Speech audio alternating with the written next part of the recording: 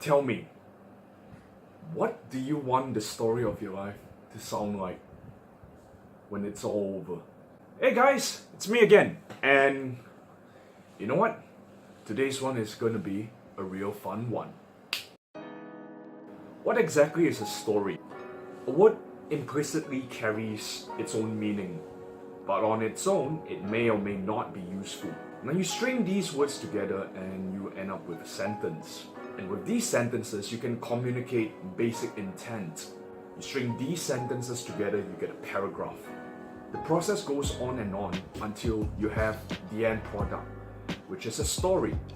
You see, back in the days when us humans were merely starting out in the agricultural era, we just freshly evolved from hunter-gatherers and we are just starting to domesticate animals, starting to cultivate our own food. Obviously, the leaders of our time needed to direct the attention and the focus of the community. But as the communities grew larger, the leaders had to think of a more creative narrative to guide the larger masses of humanity towards fulfilling a single goal. And to that end, they actually invented their own stories. A more prominent example would be the living god of Egypt. You guys may know him as a pharaoh, but back in the days of ancient Egypt, pharaohs were actually treated like living gods. But here's the funny thing. The pharaoh himself did not necessarily have to do much. He didn't really have to lift a finger or really do anything, simply because his team of advisors, his team of ministers and everyone would just follow the narrative around him, so to speak, treat him like a living god. And obviously, through the will of the living god, they would present their views to the people. What taxes need to be paid, what agricultural projects need to be tended to, what canals needed to be built, what rivers to redivert, and all sorts of things. And they were pretty successful at that. It is because of these stories in the past that has actually enabled humans to cooperate together on a mass scale. It's not just the advent of the human mind, but rather the fact that our human leaders could invent these narratives, these stories to find a sense of commonality among the people, to find something that binds everybody together, that enabled our species as a whole to come together in massive groups and execute massive tasks or take massive leaps of advancement, creating civilizations and the world that we have today. Just for fun, let's quote some of the more recent examples of people who have stories and that are genuinely relatable too. You may have heard of one of these two things yourself: Martin Luther King, Michael Jackson, Barack Obama, President Donald Trump himself.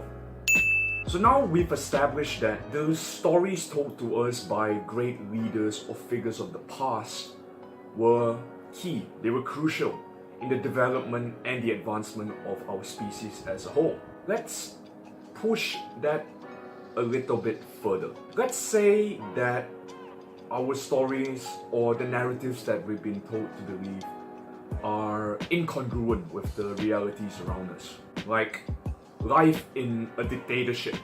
As a citizen in a dictatorship, chances are you may probably be told to worship or to revere the supreme leader as like a living god of some sort, or you may be told that by your living god or the dictator that yes, life in your country is and was meant to be a utopia. But chances are it's more often than not that people who happen to come from these countries tend to say pretty shitty things about their own experiences as a citizen of the country.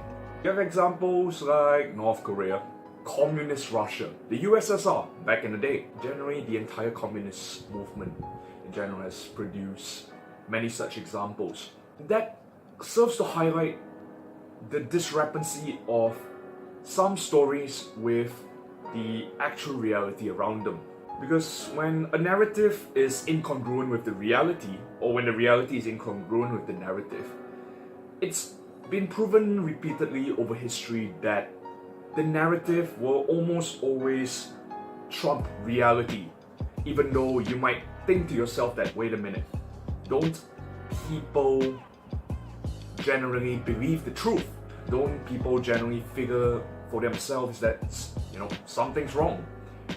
When the narrative purported to them just doesn't seem to work. Now, what do I mean when I say that historically speaking, yes, our narratives that we've told ourselves have almost always trumped reality.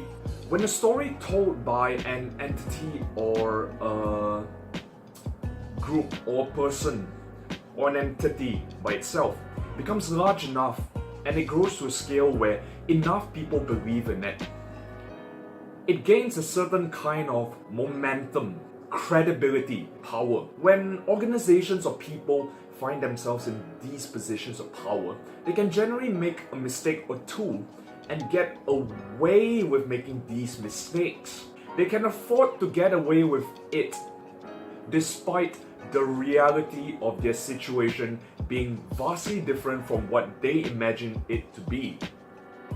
Which is whatever the narrative that they're telling themselves and there are believers who still happen to follow them. How does this fit into our daily life?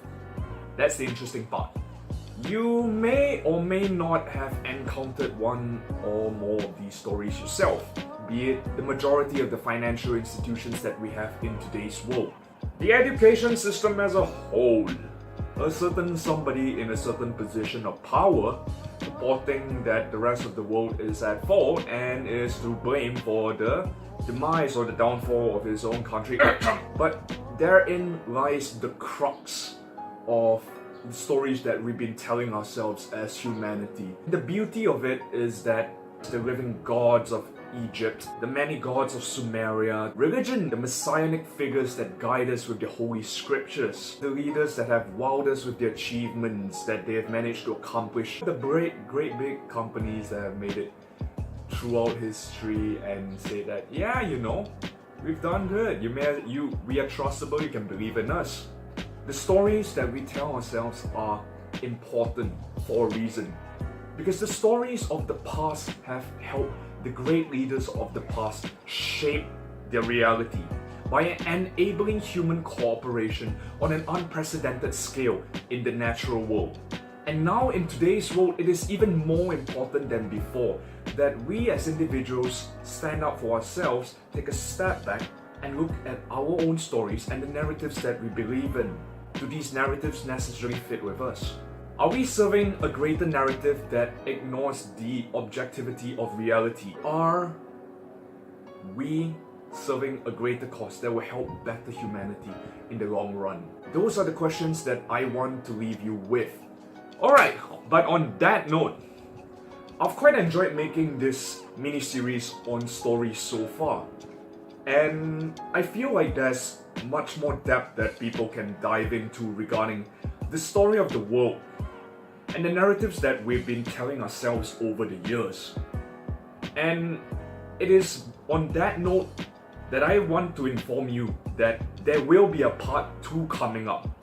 One that's a little bit more on a personal note between you and I, and between the stories that we weave for ourselves and how our story fits into the history of the world in general. Now we are at the end of the video. You know the drill. If you like the video, drop a like.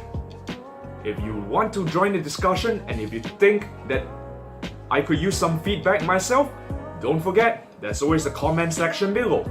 Looking forward to those. Thank you very much. And if you really enjoyed the content on the channel so far, do me a favor, drop a subscribe. And on that note, my name's Nigel. You have a good day.